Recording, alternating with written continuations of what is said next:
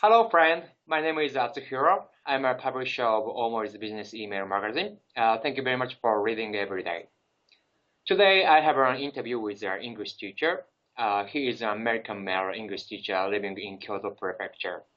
He got married with Japanese beautiful wife and having kids. I have met with him when I was looking for a native English speaker for my English student. He has over 15 years of experiences as a teacher in Japan for companies and universities. So today, I'd like to ask him about how Japanese people can improve English with easy one. So first of all, let me introduce Mr. Aaron Berman. Thank you very much for coming to this voice recording. Thank you very much, Mr. Mori, and nice to talk with you and to talk to your audience today. Okay.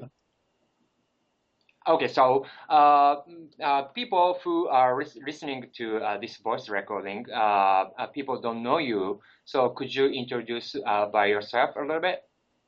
Yes, I'd be happy to do that.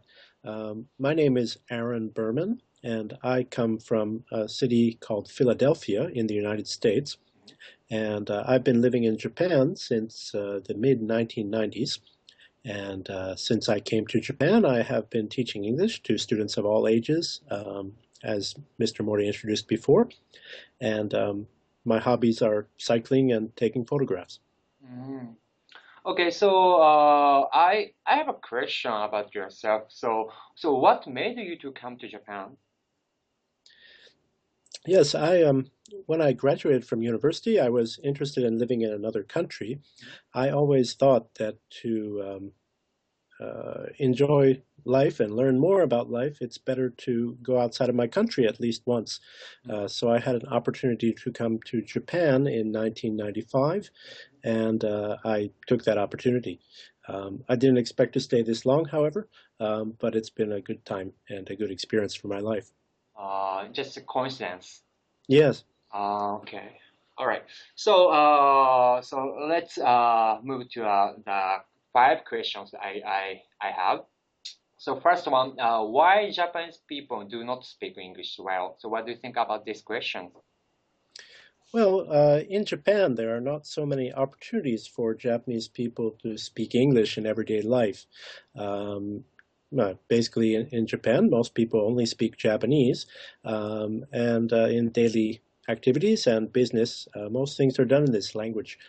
And when you want to learn to speak English or any other language, it is important to try to make opportunities to use a language, because if you just study, it's very easy to forget it.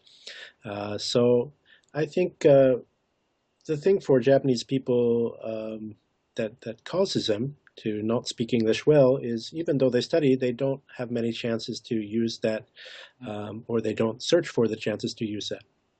Okay, so what you are trying to say to us is that why Japanese people do not speak English well is because Japanese people do like studying English, but they do not have opportunities to use or speak English. Is that correct? Exactly, that's correct, Mr. Mori. So even if we study something very hard, like I said, it often leaves our brains, it leaves our heads very quickly if we don't use it. So talking to people or finding some way to use your English that you have studied is a very important thing that you need to do in your studies. I see. Okay, I would like to ask you more questions. So next question is that how or what we should study to be a communicative English speaker? What do you think about this? That's a very good question too, Mr. Morty. Basically, to study language is it's a never-ending process. Right. You can, in our native language, we have a certain skill. We have ways that we like to talk and things that we like to talk about. And probably we can expect the same thing when we study another language.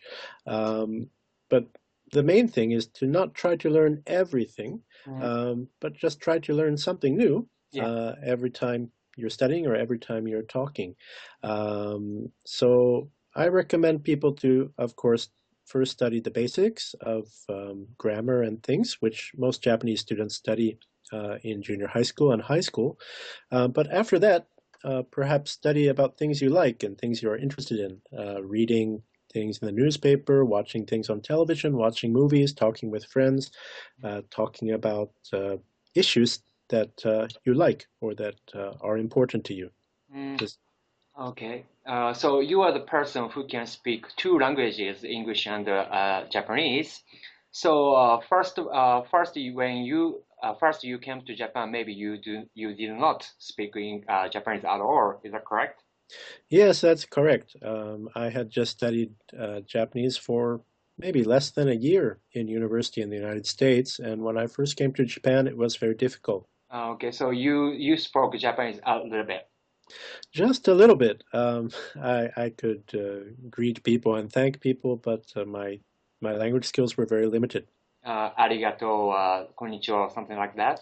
Yeah, basically something like that. And to go into a shop and say I want something or I need something, I could do that to a limited degree. Yes. Okay, so actually, I am a person too who would like to study another language more. But studying English and speaking language to be a communicative speaker is not the end. So you know about this. So when or how you think by yourself you gave up to be a perfect speaker? Well, like I said before, I realize that I can't learn everything about the Japanese language or any other language. Our brains have a certain something like a limit. Some people like language, some people don't like languages. We express ourselves in many different ways. But I tried to reach a point where I felt that I could say what I wanted to say in Japanese and do things that I wanted to do in Japanese. And still, I still like to learn new things, and I think that studying never ends. But I think it's important to not feel insecure about your language skills just because you don't know something. There's always something you won't know, and it's an opportunity to learn something new when you can talk about that or read about that. Okay, I see. So this is just my opinion. So I think don't think to be a perfect speaker. People cannot be a 100% perfect another language speaker. So once you feel like satisfied, that's okay because you can communicate with another people in another languages. So when you feel that is enough. Yeah, I agree too, Mr. Mori. I think there's many different ways to say something. For example, if we are going to talk about something like cars, but I don't know the word for car, I can explain it to you that it's something with wheels, something made of metal, something that drives on the road. There's always ways to talk about something with the language we know, and it's okay to make mistakes, and it's okay to, it doesn't have to be perfect. No one is perfect in this world. Is that correct? Okay, thank you. Next question. So do you have some tips for speaking English as a standpoint of an English teacher? Yeah, I think it's important to not be afraid to make mistakes. Right. Like we talked about before. Especially Japanese people. Yeah, and I think don't depend too much on your dictionary or some notebook. It's important to look people in the eye and try to use words to explain what you want to say or what you feel. Japanese people are somewhat shy. They don't like to make eye contact with each other. Right. And in English, conversation is very fast. It goes back and forth from one person to the other very quickly. Not like in Japanese where we listen and we wait. In English, it's important to be able to respond quickly. And it's like a game of ping pong, they say. It goes really quick. So listen to what other people say to you. Be a good listener, and don't be afraid to say what you feel as quickly as you can. Okay. This is my curiosity. So, standpoint of English speaker or English teacher. So, why Japanese people are too much afraid of making mistakes? Hmm. Well, maybe it's something about Japanese culture that well, in general, Japanese people tend to be a little bit shy Right. when they first talk to other people, and they tend to think a lot before they talk, which is a good thing. Uh, but that, I think maybe Japanese people let that shyness get into the way they speak English as well, where English is something very different. Like I said, we have to respond quickly, or the other person will be concerned. In Japanese, when we talk, we like silence. For example, when two people are talking, there is sometimes a gap of no talking. Whereas in the United States or other English-speaking countries, people feel uncomfortable with silence. Right. Yeah, they think something is wrong. I see. So I think things like that are related to Japanese culture, and it's not necessarily a bad thing. It works well in Japanese language, but for English speakers and speakers of other languages, it can be a little bit unusual or uncomfortable for them. I see. So why Japanese people are too much afraid of making mistakes is because of the Japanese culture. This is a completely different of American U.S. culture because the United States or some other English-speaking country culture do not or dislike silent moment. Yeah, that's one reason, and I think Japanese people are very polite. You have different levels of politeness in the language, and certain ways to say things, which are very important when you're talking to someone above you or below you. But in English-speaking countries, that's not so much of a concern. We don't have to worry about our words offending people as easily as in Japanese, and maybe that's another cultural thing. Is people are they tend to think a lot about what the other person might feel, which is a good thing about Japanese culture. But it sometimes stops them from talking efficiently and quickly, and makes them seem shy or makes them appear shy. Yeah, I agree with you. Okay, so next question. Yes. If we have opportunities to talk to a foreigner when we go to abroad or when we go to travel another countries, what's the topics we should talk about to them? That's a very good question too, Mr. Mori. Of course, we have to be careful with the topics we choose. You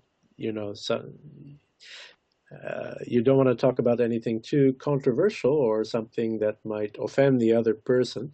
Yeah. But I find that good topics to talk about are in every country in the world, most people have things in common, which are like family and hobbies and things like this, which are always good things to talk about. You can also tell people about your country. When you go abroad or when you talk to a foreign person, probably they're interested in learning about you and where you come from. So it's good to be able to talk about where you come from and what interests you and what makes you happy in life. Small topics like this are good. Current events, things that are in the news that interest you, and anything that you think is interesting about yourself that you'd like to talk about with other people is a good topic. Okay, so you don't recommend some uh, personal things, which is political things. No, I think political things are okay. Again, it's a good way to learn about what other people think of your culture. Yeah, and that it's good to talk about these things. Politics, it interests me as well. But yeah, just be careful when you talk about these kind of things with people to not offend them or you know, always be open to listen to the other person's opinion and be considerate of their feelings. Yeah, okay. Yeah, just from my experiences, what's the most exciting things when I became to be an English speaker is because I could know what's the differences between thinking of people not living in Japan and living in Japan? We have too much Japanese thinking since we were born in Japan, but another countries are completely different culture they have. So, once I talk to them, my thinking is quite different.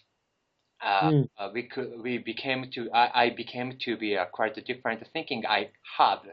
So this is a very shocking news for me.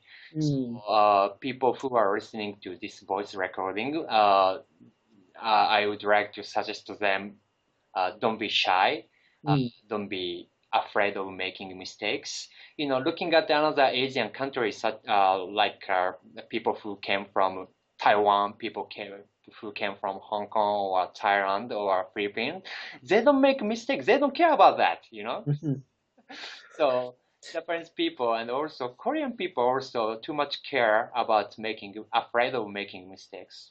Yeah, and I don't know what the actual cause of that is. Maybe because in school we would get in trouble from our teachers if we made a mistake, or we're afraid of getting a bad score on a test or something. But language is just about communicating with people, to tell them what you feel and what you think. And there's so many ways to say that.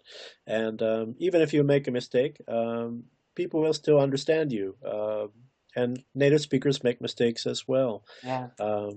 Just don't be afraid to be yourself, and realize that making mistakes is just a natural thing that happens to everybody. Yeah, I think so. Yeah, just please think about English as just one of two of communicating. Exactly. Yeah, it's just a tool, and just like we have tools to build things and tools to work with our computers and do things. It's just something to add to your skills, to help you do something that you want. And English is a great tool to communicate with people and to learn new things. And don't be afraid to use, even if you have just a little English skill. It can really help you a lot if you use it. Yeah, exactly. Okay, this is the final questions.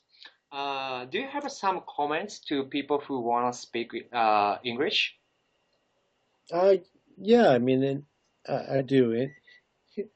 I talk to some people who live outside of urban areas in Japan, who live in the countryside, and they always seem to say it's difficult to find native speakers of English to talk to, or people who speak English around them. And now with the internet, you have so many ways to talk to people, and there is so much content in English in the internet.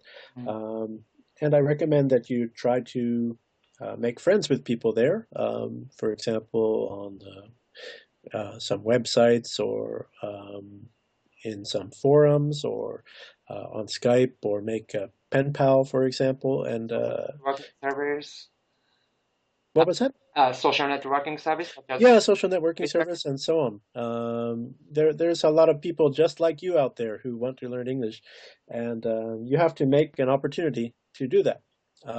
So the internet is a great way to do that. Also, going to events where you have opportunities to talk to foreign people or meet foreign people is another way to use your English too. But the most important thing is you try to you have to search a little bit to find ways to use your English here in Japan, but you'll find that there are a lot of people here in Japan who speak English, or people who want to learn English just like you.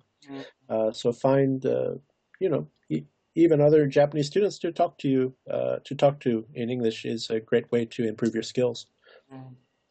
Okay, thank you very much for your time today, and thank you very much for sharing this time with us.